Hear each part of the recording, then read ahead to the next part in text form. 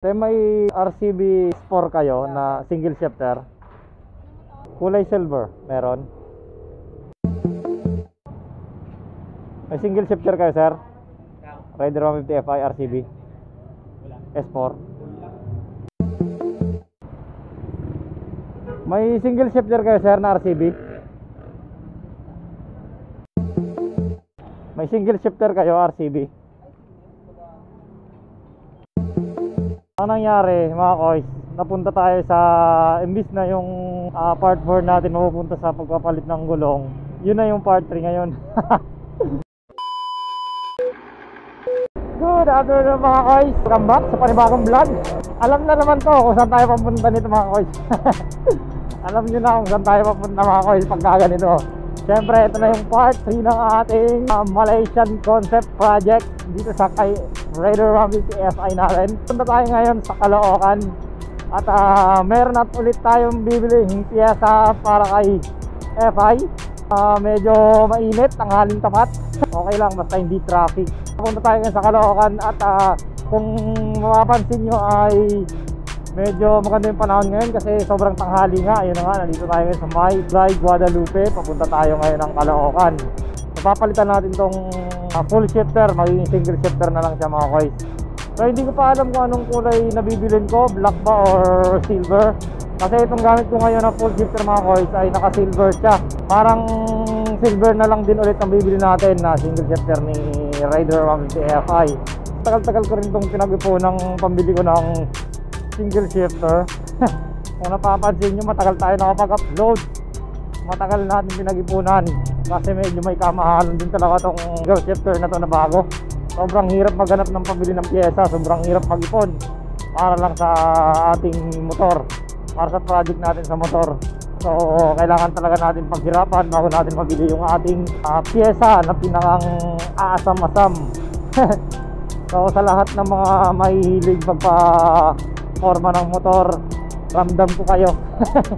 Hindi talaga biro yung pag-ipon ng pambili ng pyesa para lang maging kaaya-aya yung itsura ng ating motor. So talagang pinaghihirapan talaga namin to, mga koys, yung mga mahihilig sa pagpa-pogi ng motor.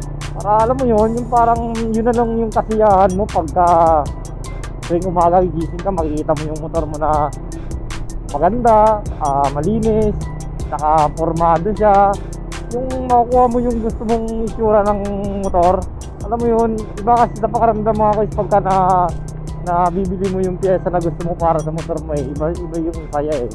Hindi nararamdaman ng iba yun kasi siyempre baka hindi sila mahilig sa motor. So kaya tayong mga mahihilig magpa-pogi ng motor, ramdam na ramdam natin yung kasiyahan nun.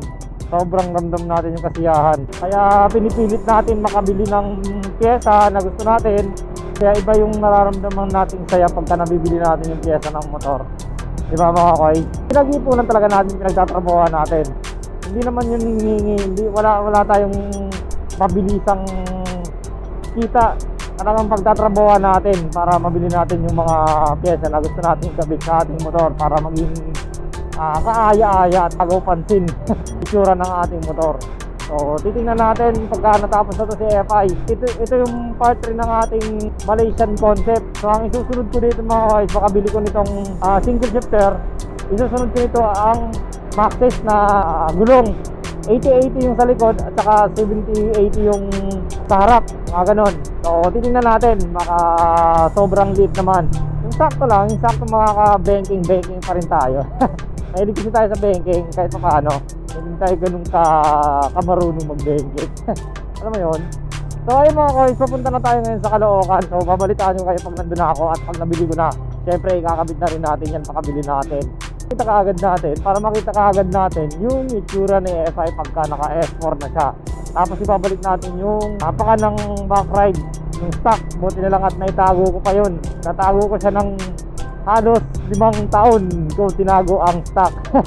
Diba? Ganun tayo kaingat pagdating sa mga pyesa ng ating motor, lalong lalo na pagka alam mong ibabalik mo rin siya pagdating ng panahon. Dahil naitago ko siya ng 5 years at ngayon ibabalik ko na siya kasi kailangan ko na siya. Kasi single shifter ang ating bibilin, so wala notice tayo, kaya ibabalik natin yung ating stock Guys, papunta na tayo sa Caloocan. Babalitaan ko kayo pag nabili ko na. Medyo mainit kasi tanghalin tapat. Pero okay lang yan, basta huwag lang umulan kasi wala akong dalang kapote.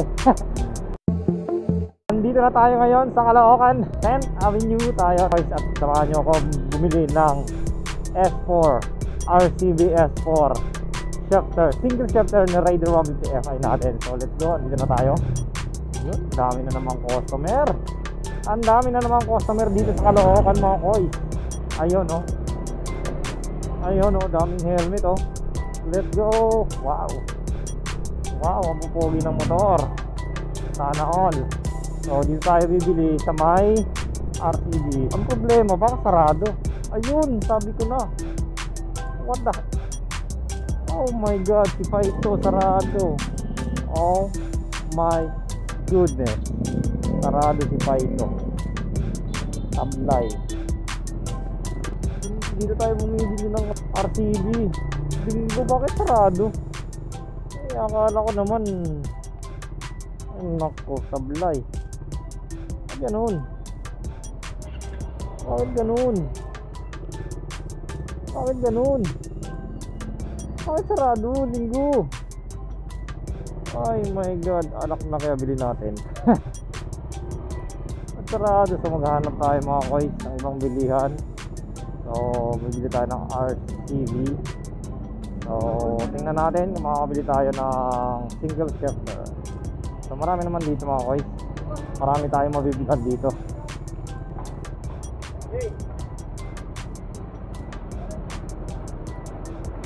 Mga koys.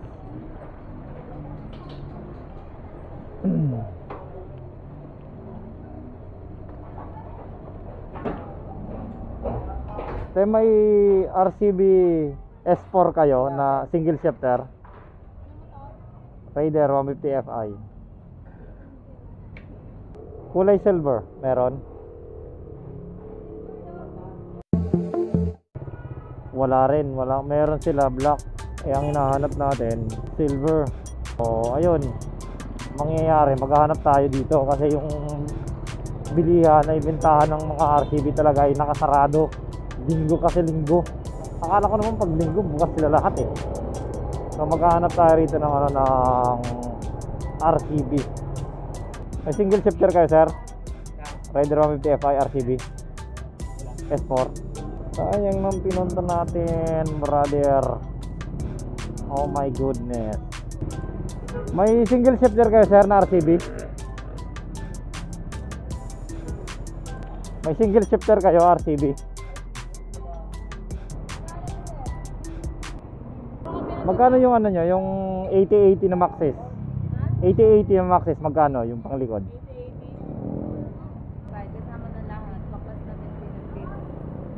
8080, tapos yung 7080 pangharap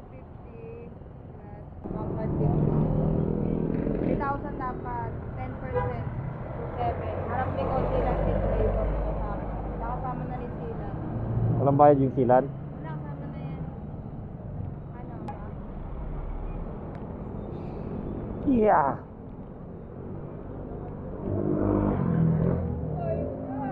Ay, napunta tayo sa gulong mga koys. Unahin na natin tong gulong. Wala na, manipis na eh.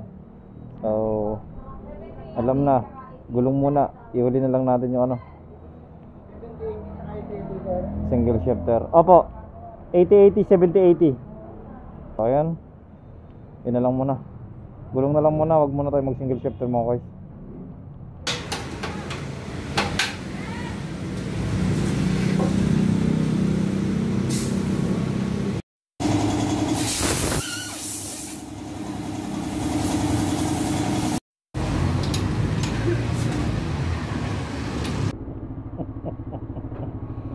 Nauwi sa gulong. Tapos na mga guys. Yes sir. Thank you. So ayun mga guys, sarado kasi yung bentahan ng RCB. So ngayon, mga guys, napunta tayo sa imbis na yung part 4 natin mapupunta sa pagpapalit ng gulong. Yun na yung part 3 ngayon.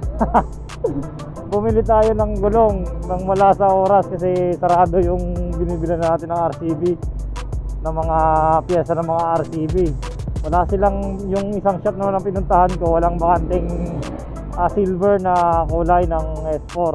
Wala tayong mabilan, kaya gulong na lang muna, inuna ko na lang muna yung gulong, ganun din naman eh. Wala tayong RCB ngayon.